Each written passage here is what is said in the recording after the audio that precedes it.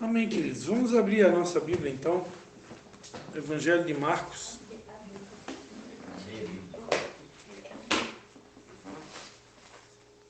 Vamos usar a minha Bíblia, depois quero pegar também.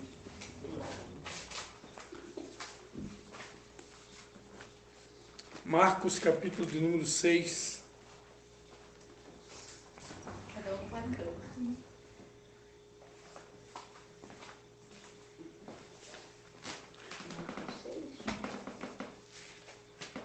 Marcos, capítulo de número 6. Evangelho de Marcos.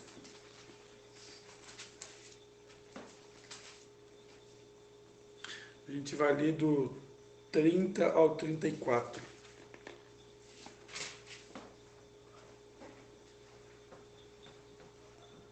Amém? Evangelho de Marcos, capítulo 6, do 30 ao 34. Todo mundo achou aí? Diz assim a palavra de Deus.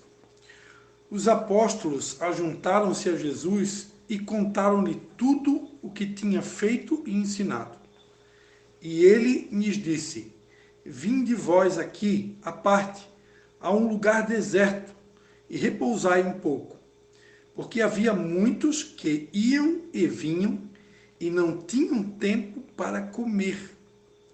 Então foram sós num barco para um lugar solitário. A multidão viu-os partir, e muitos o reconheceram, e correram para lá a pé, de todas as cidades, e chegaram antes deles. Jesus, descendo do barco, viu uma grande multidão e teve compaixão deles, porque eram como ovelhas que não têm pastor. Então passou a ensinar-lhes muitas coisas. Amém? Vamos orar. Pai, em nome de Jesus, Senhor, eu quero te dar graças mais uma vez por cada pessoa que o Senhor trouxe aqui nessa noite, por esse tempo de comunhão, pelos amigos que o Senhor nos deu. Te agradecer, Pai, pela nossa família que o Senhor tem nos dado, pelos nossos filhos, pelo nosso cônjuge. Te agradecer pelo pão de cada dia, te agradecer pelo teu amor que tem nos alcançado. Te agradecer porque o tempo todo o Senhor tem cuidado de nós. Muito obrigado, Senhor. E te agradecer também pela oportunidade de poder pregar a tua palavra. Nós sabemos que existem países que as pessoas são proibidas de pregar o Evangelho, são até ameaçadas de morte, e muitas delas são até, ó Pai, assassinadas, ó Deus, algumas delas queimadas, outras enforcadas, outras, ó Pai, lançadas, ó Pai, em covas. E, meu Deus, que o Senhor tenha misericórdia, Pai, da igreja perseguida, Senhor. Tenha misericórdia da igreja perseguida ao redor do mundo, Pai. De tantos missionários, ó Pai, que nesse exato momento alguns deles estão dando a vida, Pai, por amor a Jesus. Enquanto que aqui no Brasil nós ainda temos liberdade.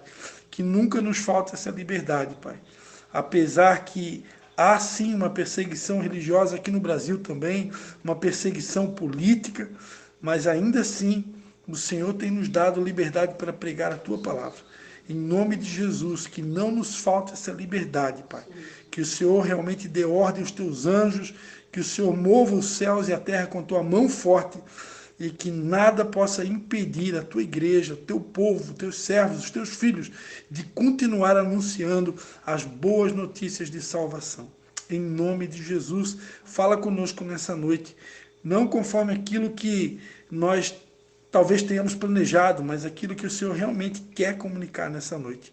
Em nome de Jesus. Amém.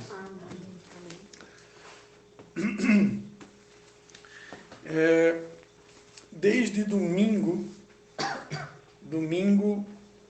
eu recebi uma visita de um casal de discípulos, filhos na fé aqui em casa, né?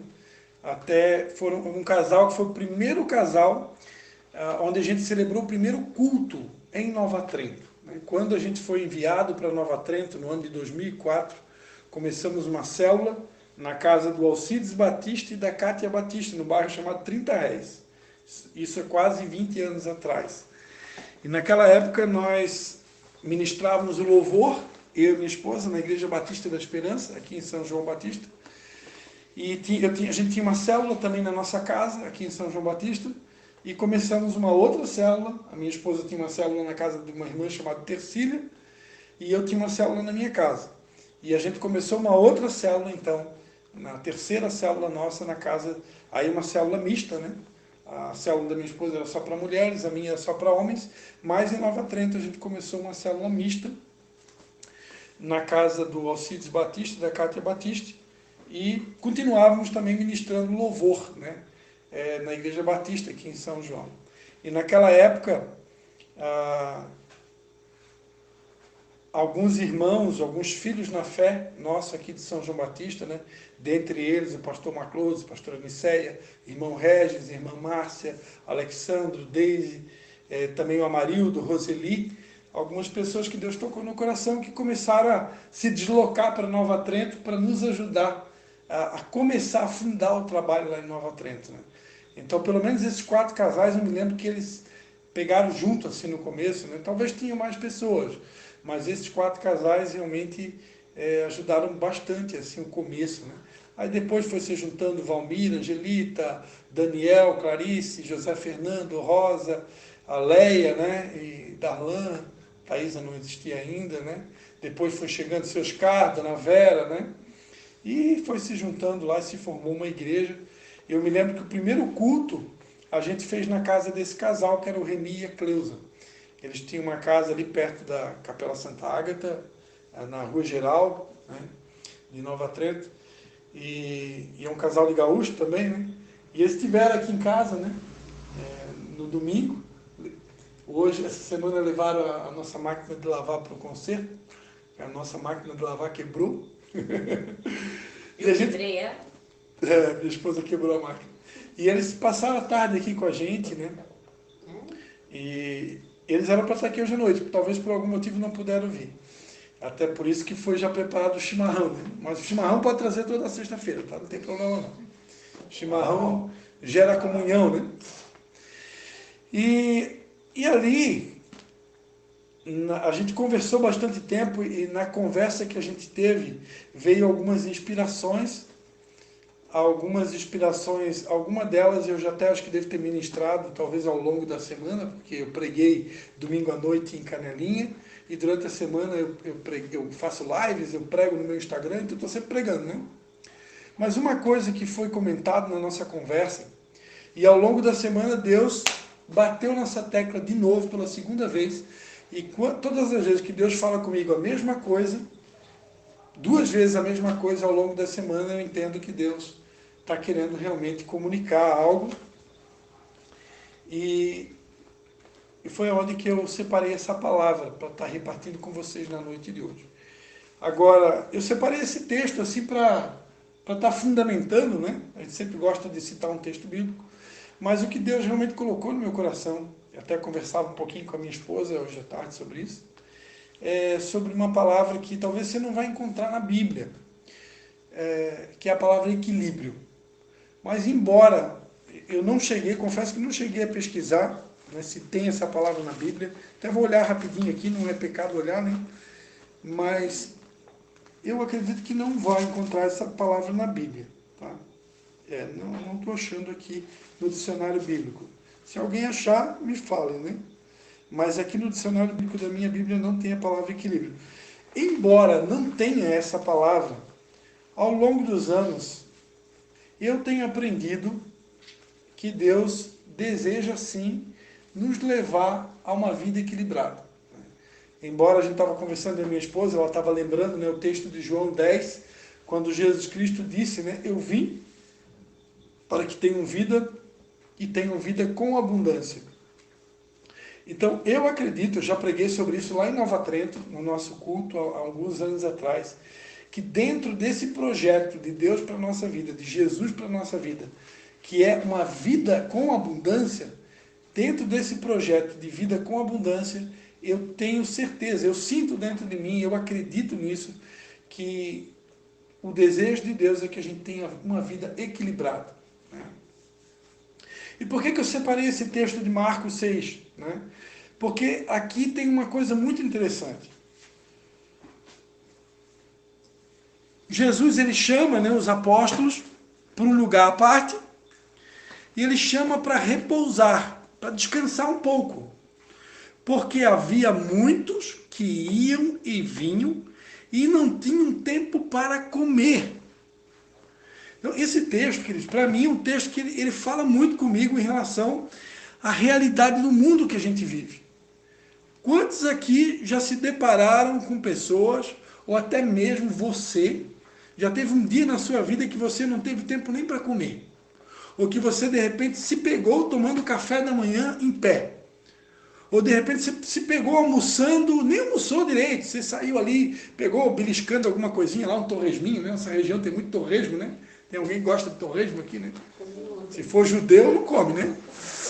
Aí você sai lá beliscando alguma coisa, um amendoinzinho torrado, um torresminho, ou alguma coisa, porque você não tem tempo para comer. Quem aqui? Eu imagino que não tem ninguém, né, com exceção dos mais jovens, né, os adolescentes, que não tenha passado por essa experiência. Mas eu já fiz isso várias vezes. Ó, a minha filha adolescente já fez isso várias vezes.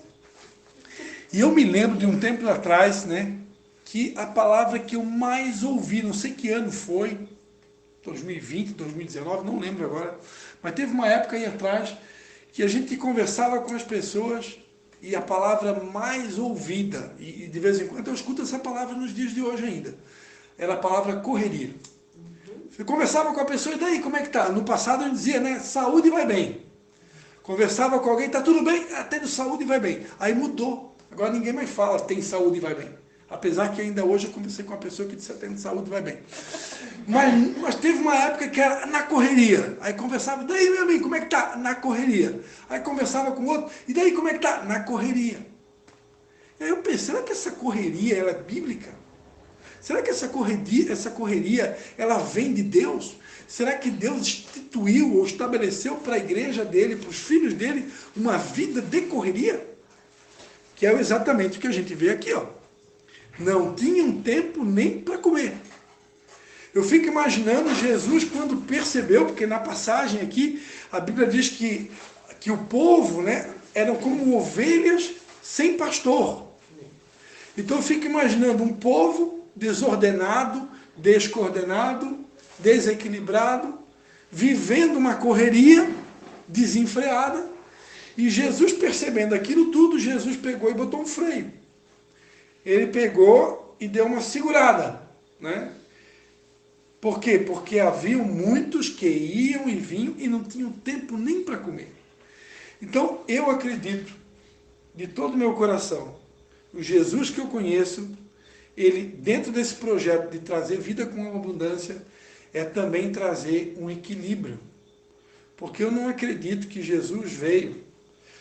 Essa correria, sabe onde é que essa correria? Sabe o que eu acredito que essa correria se originou? Essa correria se originou lá no Jardim do Éden. Lá no Jardim do Éden, quando Adão e Eva pecaram contra Deus, ali começou a correria. Ali começou. Porque Deus pegou Adão e Eva, colocou no Jardim do Éden para lavrar e guardar, para cuidar de tudo aquilo que Deus havia criado. Sim, tudo de grátis. Mas era tudo de grátis, né? Era um jardim cheio de, eu imagino, árvores maravilhosas, frutas maravilhosas, um lugar de paz, um lugar de sossego, um lugar de tranquilidade, um lugar de vida com abundância. Então, o lugar que Deus criou para o homem era um lugar, né, o propósito original de Deus para os seus filhos, para a sua criação, é um lugar de abundância, um lugar de paz, um lugar de tranquilidade. Eles lavravam e cuidavam da terra, mas não tinha suor. Não era uma coisa pesarosa, não era uma coisa assim de se matar de trabalhar. Era algo equilibrado. No final do dia, Deus vinha conversar com Adão e Eva na viração do dia. Deus vinha, conversava com eles. Havia um relacionamento, havia uma comunhão de pai para filho, de filho para com pai. Não tinha peso. Lembra quando Jesus Cristo disse? Meu fardo é leve, meu jugo é suave. Assim era no Jardim do Éden, né? Não tinha estresse, não tinha peso, não era uma coisa pesada. Mas de onde é que surgiu tudo isso? De onde é que veio esse fardo pesado? De onde é que veio essa cruz, né, acima da média? Até porque depois eu quero falar um pouquinho sobre cruz. O significado da cruz muitas vezes ele é distorcido, né? Às vezes nós associamos a cruz com com fardo pesado, associamos a cruz com uma sobrecarga de trabalho, associamos a cruz com doença, né? Associamos a cruz com um monte de coisa que não tem nada a ver com cruz. Cruz, presta atenção no que eu vou falar, cruz tem a ver com renúncia. Cruz é renúncia, cruz não tem a ver com pecado, cruz não tem a ver com fardo pesado, cruz não tem a ver com sofrimento, né? com suor e lágrimas o tempo todo.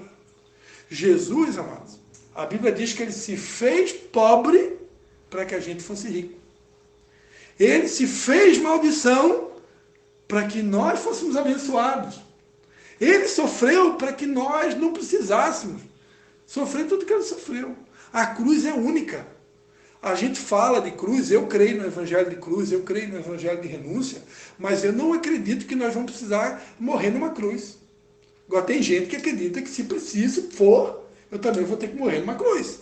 Porque afinal de contas eu sou um discípulo de Jesus, então também tem que morrer numa cruz. Não, Jesus morreu na cruz para que a gente não precise morrer. Tem um preço a ser pago? Tem. Tem renúncia? Tem. Eu tenho que negar minha vontade? Tem. Mas também tem bênção. Também tem momento de lazer. Também tem um momento para você desfrutar, sair para passear com a sua família, levar a sua esposa no shopping center, de preferência com limite de cartão. Também tem um momento para levar a família no cinema, né? Tem um momento também para desfrutar, tem um momento também para parar. Jesus, aqui nessa passagem, ele mostra isso. Quando ele percebeu que as pessoas não tinham tempo nem para comer, elas iam e vinham. Fica imaginando a maratona, né? Vai e volta, vai e volta. É uma turma de Marta, né? Vai e vai e vem, e vai e vem e não para. Vai e vem e não para, vai e vem e não para. Aí não tinha tempo nem para comer. Aí Jesus pegou, levou os discípulos para um lugar deserto, à parte, para poder repousar, descansar. Por que Deus criou um mandamento? Né? Temos uma irmã aqui que ela frequentou muitos anos adventista, então ela sabe melhor do que eu. Desde o início eu estava pensando nisso. Até mas Deus já instituiu o descanso já ali nos mandamentos. Quando ele estabeleceu os 10 mandamentos e ele colocou o sábado como mandamento, isso não é por acaso. Né?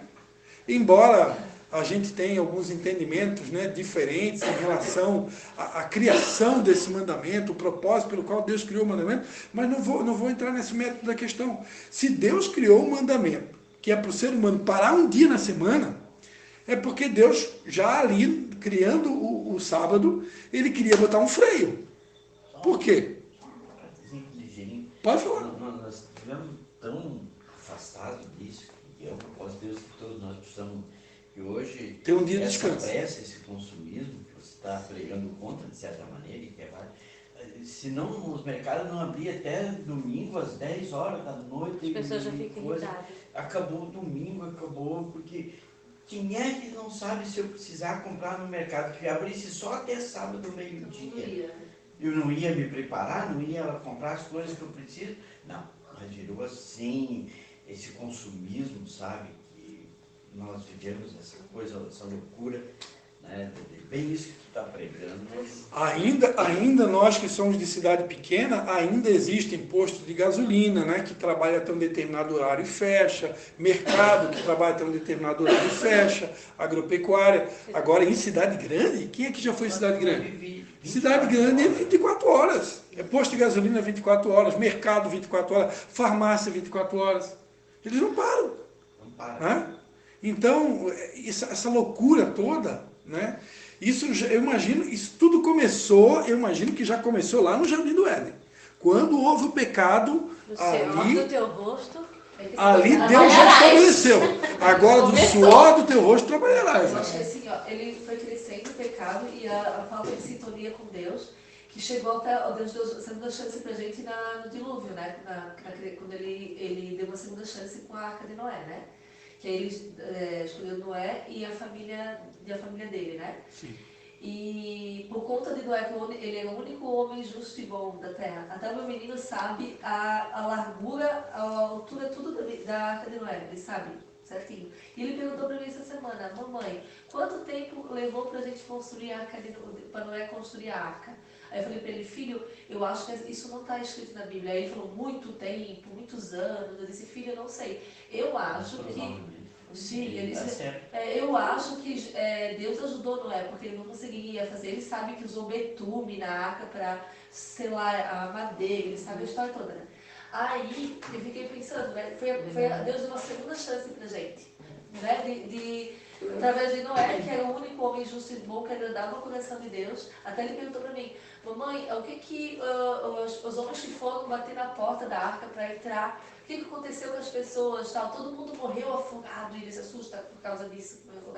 Deus não deixou entrar e tal. Ele fala para mim, filho, Deus deu chance a ele, e por conta de Noé, a família dele foi salva. Então foi a primeira chance. E nós voltamos a errar, que é pecado, né? Enfim, tudo. Até um desenho que ele assiste, um dos filhos do Noé joga, eu acho que uma faca assim no outro, coisa que depois acabou que parece que suicidou o outro, né? Logo em seguida, depois da sequência Caim assassinou Abel. Isso. Então, tipo, olha só, gente, como o pecado nos afasta de Deus. Só o propósito de Deus era só nos manter próximo a dele, e ele só pediu um dia, né? Até eu não sou adventista, porque eu não sigo tudo, não tem como, né? Eu tenho discernimento para as coisas. Então, mas hoje, uma coisa que é muito bonita, eles ensinam. Eu coloco louvor, de louvores calmos, que mostram a criação de Deus, com imagem da criação de Deus, que são imagens da natureza. E aí meu marido chega, já teve aquele louvor, e as crianças já sabem. E aí teve uma marido disse, coloca um louvor mais alegre, não Fúvio, porque eu estou ensinando a eles. Eu falei isso para ele hoje, filho, presta atenção em mim. Eu olho para ele, esse horário, no caimento do dia, né, no novo dia, Deus ia sempre no Jardim do Éden a encontrar Adão e Eva, que eram, né? Conversar com eles. Aí ele falou ainda uma coisa para mim sobre isso. E pensa só, se Deus estipulou o sábado, Deus precisava descansar? Deus ficou cansado de fazer as coisas? Ele dizia, ele fez e viu que era bom. Ele fez e ele viu que era bom. Ele precisava, ele é todo, né, onipotente, ele precisava descansar um dia. Ele só queria dizer para a gente, desde a criação, que ele queria que a gente dá um modelo, dá um exemplo. Por que a gente fala, dá um modelo para os filhos, quando a gente tem que ensinar a dar um modelo para os filhos, Deus é nosso Pai, nos dá um modelo. Um dia da semana, tira para mim, para ter comunhão comigo, para esquecer as outras coisas. E o que o adventista faz? Para ele conta um tempo diferente. Como na época da criação, cai o dia, começa o próximo. Tipo, agora já é sábado, não precisa da meia-noite, né? Quando escurece, já quando escurece é dia, né? Já é outro dia, né? De dia a dia, noite já começa um outro dia. Aí, que eu acho interessante, eles se preparam para isso, né? Para o dia do sábado. Então, eles compram antes, eles têm uma preparação. Então, a preparação te traz um zelo, um cuidado com as coisas. Um entendimento de que, eu tenho que ter um esforço para me conseguir, não sábado, não fazer nada. Então, isso te traz, assim, tipo, isso eu acho bonito, eu não entendia. Quando eu comecei a tentar fazer o sábado, eu vi o quanto que é difícil o sábado. Hoje eu não consigo. Porque eu acho que a gente tem que estar muito em comunhão e naquele sentido todo para conseguir. Porque o mundo te puxa para, como você falou, para consumir, porque o mercado está aberto, as coisas, o dia da família é no sábado do meu filho, eu não consegui fazer alguma coisa no sábado, entendeu? E aí depois veio o domingo, porque a Igreja Católica, com o Gregório lá do Cenas Canta, que era um papa, mudou para o domingo, né? O calendário roubando, trouxe como saindo domingo. Só que, aí até isso que eu acho interessante, por que mudar o dia? É outra questão, né? Porque mudar, e as Bíblias são usadas para o domingo, algumas Bíblias trazem domingo. Então, se o inimigo quer confundir a gente com relação, inclusive, ao dia, porque se não fosse importante, não precisava mudar. A intenção do inimigo é sempre confundir a gente, não é? E aí, porque as Bíblias atuais católicas, enfim, mudaram o dia do descanso, entendeu? Tem isso que me chama muita atenção. Por isso que eu ainda tenho zelo, eu não consigo fazer, porque eu sou pecadora, mas eu tenho que tentar mudar. Mas isso me chama muita atenção com relação a que seja um dia, né? Talvez Deus não se preocupe tanto com o dia marcado, mas sim que a gente tem esse zelo que tu está falando. Eu entendo, né? A meu entendimento, né? Que todo dia é dia de buscar a Deus, né?